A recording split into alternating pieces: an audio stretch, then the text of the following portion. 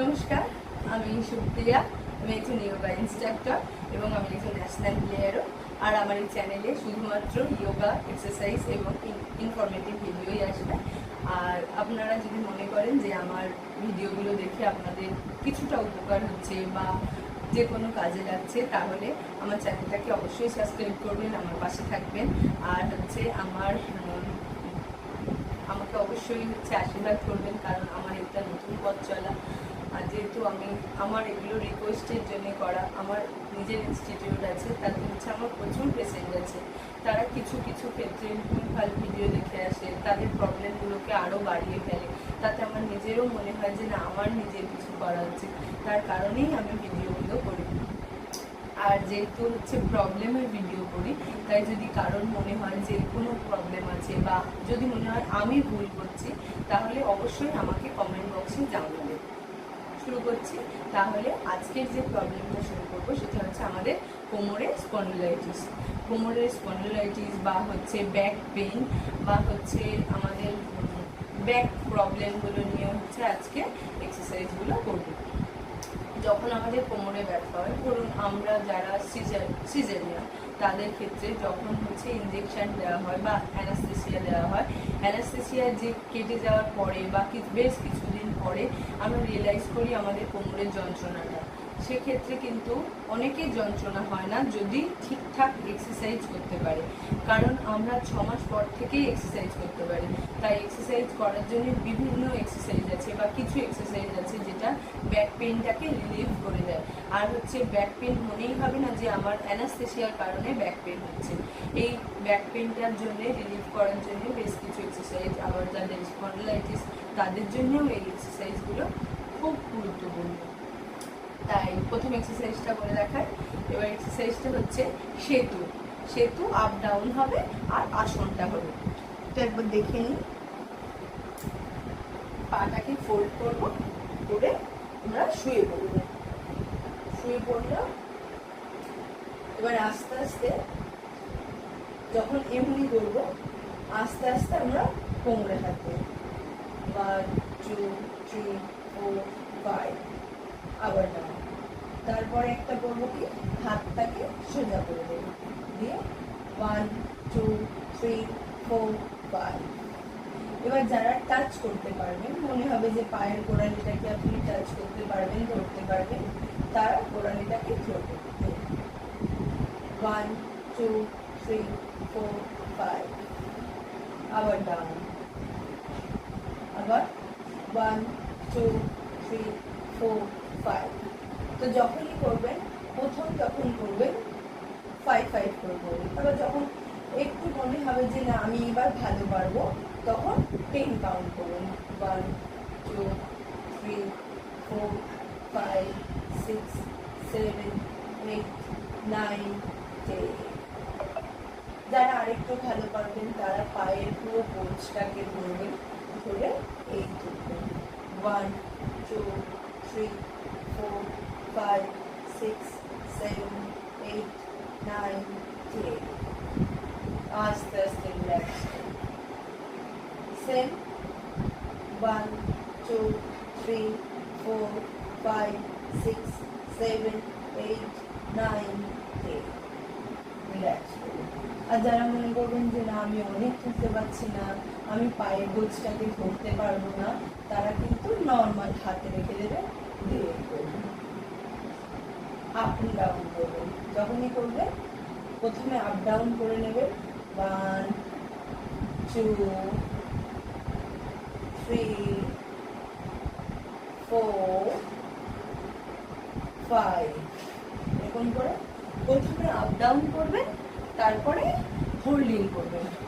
First যখন করবেন up down, তারপর যখন করবেন হোল্ড করবেন। হোল্ডটাকে বলা হবে আসন। হোল্ড যখনই করবেন তখন ওটা আসন হয়ে যাবে, আর যখনই আপ ডাউন করবেন তখনই ওটা এক্সারসাইজ হয়ে যাবে। নেক্সট যেটা দেখাবো সেটা ভুজঙ্গাসন বা ব্যাক বেন্ডিং। আমরা ব্যাকে যত বেন্ড করব, তত আমাদের কোমরটাকে রিল্যাক্স দিতে পারবো। আর কোমরের যে আমাদের অনেকের কোমরের জোর পায় না, ভারী জিনিস তুলতে গেলেই কোমরে খুব ব্যথা করে, বা যাদের একটু এজেড হয়ে গেছে তারা কিন্তু যখনই কোনো জিনিস বা একটু ভারী জিনিস বা কিছুটা রাস্তা হেঁটে যায়, তখন কিন্তু খুব কোমরে যন্ত্রণা করে। তাদের ক্ষেত্রে কিন্তু এই এক্সারসাইজগুলো খুব উপকার। আর এই এক্সারসাইজগুলো এমন এক্সারসাইজ যে 60 অ্যাবাভ 70 অ্যাবাভ তারাও করতে পারবে, আবার যারা হচ্ছে একদম 20 বা হচ্ছে 30 তারাও করতে পারবে। তাই কোনো এজ নেই যে এই এজে করা যাবে বা এই এজে করা যাবে না। এই এক্সারসাইজগুলো অল ওভার সবাই করতে পারবে। ছেলেদের ক্ষেত্রেও এই একই এক্সারসাইজ, মেয়েদের ক্ষেত্রেও এই একই এক্সারসাইজ। ছেলেদেরও যাদের কোমরে স্পন্ডিলাইটিস আছে তাদের জন্যও এই সেম এক্সারসাইজ, আলাদা কোনো এক্সারসাইজ করতে হয় না। আর মেয়েদের ক্ষেত্রেও সেম, যারা এই এক্সারসাইজগুলো করবেন পুরো সব ভালোভাবে একটু দেখে করবেন, তাহলে দেখবেন। আর কন্টিনিউ যখন করবেন 1 উইক 10 উইক যখন করবেন, যদি 10 করে করেন 2 উইকে গিয়ে 20 করবেন, 3 উইকে গিয়ে 30 করবেন। তো এরকম করে করে আপ করে বাড়াবেন। যখন 30 হয়ে যাবে তখন ওই অবধি স্টপ রাখবেন, রেখে আস্তে আস্তে আস্তে আস্তে প্র্যাকটিস করবেন, দেখবেন কোমরের ব্যথা অনেক রিলিফ দেবে। তো নেক্সট যেটা 2 নম্বরটা দেখিয়ে দিই। পুরো এই যে শুয়ে পড়বেন, পুরো শুয়ে পড়লাম, হাত দুটোকে পুরো পাশে নিয়ে নিলাম, নিয়ে পুরো উঠবো, উঠে মাথাটাকে বিছাবো। যারা মনে করবেন পাটাকে গ্যাপ রাখবেন তারা পা গ্যাপ রেখে করবেন, যারা মনে করবেন পা জোড়া করে করবেন, যেটা পারবেন। জোড়াটা হচ্ছে রুলস। এবার যদি মনে করেন যে না আমি পাটা গ্যাপ করে করলে আমার একটু আরাম লাগছে, কষ্ট কম হচ্ছে, তাহলে অবশ্যই পাটাকে গ্যাপ করে করবেন। তো সেম দেখিয়ে দিই।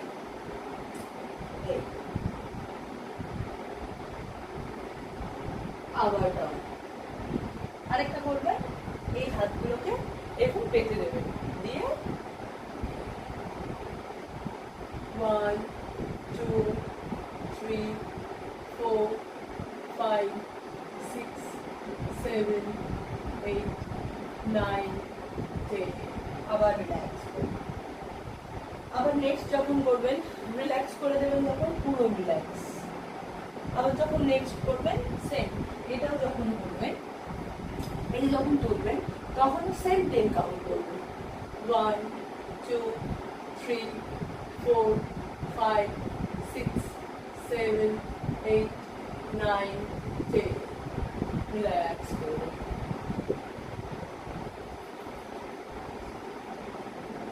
আবার সেম করবেন যখন, আবার এই এরকম করবেন, করে মাথাটাকে পিছনে। এটা যখন করবেন দেখবেন কোমর থেকে খুব সফটনেস মনে হবে, কোমরটাকে খুব আরাম দিচ্ছি নিজের মনে হবে, যে আমার কোমরের যন্ত্রণাটা অনেকটা আরাম হচ্ছে। যখনই এরকম করে থাকবেন দেখবেন কোমরের এই বেন্ডিংটা, এই জায়গাটা থেকে খুব আরাম লাগবে, আর মনে হবে যে না আমার নিজে থেকে মনে হবে যে না আমার পেনটা আস্তে আস্তে চলে যাচ্ছে বা পেনটা কম হচ্ছে, এরকম মনে হবে। তো এই একটা এক্সারসাইজ হলো। আর একটা নেক্সট যেটা দেখাবো। আর যখনই এই এক্সারসাইজটা করবেন তখনই মনে রাখবেন যাদের হচ্ছে স্পাইনাল কর্ড গ্যাপ আছে তারা কিন্তু পুরোটা তুলবেন না, পুরোটা জোর করে পুরোটা যখনই তুলতে যাবেন, যাদের গ্যাপ আছে গ্যাপ তো ক্ষতি হবেই, উপরন্ত ব্যথাটা বেড়ে যাবে। তো ওই কারণে যাদের হচ্ছে গ্যাপ আছে তারা কিন্তু এটা কম করবেন, মানে ব্যাক বেন্ডিংটা কম করবেন। এবার নেক্সট দেখাই। শুয়ে পড়লাম, হাতগুলোকে রিল্যাক্স করে রাখবো, হাতগুলো এই পিছন দিকে রিল্যাক্স করে রাখবো, পুরো রিল্যাক্স করে দেবো। ওই পুরো রিল্যাক্স করলাম, করে আস্তে আস্তে পাটাকে তুলি, যে যতটা বাড়ি ততটা তুলবো, পুরোটা তুলবো। আবার নেক্সট করবো। যখনই করবেন যদি মনে করেন এরকমও হাত রাখতে পারেন, আবার মনে করলে পিছনেও হাত রাখতে পারেন, আরাম দিয়ে দিয়ে করবো। 1 2 3 4 5। নেক্সট আবার 1 2 3 4 5 6 7 8 9 10। আবার করুন 1 2 3 4 5 6 7 8 9 10। Relax.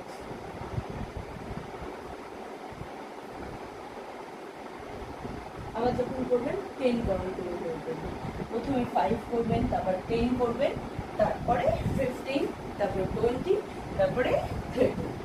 যখনই করবেন এটা মেনটেন করে করবেন যে আমি এখন 5 করলে পরে 10, তারপর 15, তারপরে 20, তারপরে 25, তারপর 30, এমন করে করে আস্তে আস্তে ধাপে ধাপে করবেন।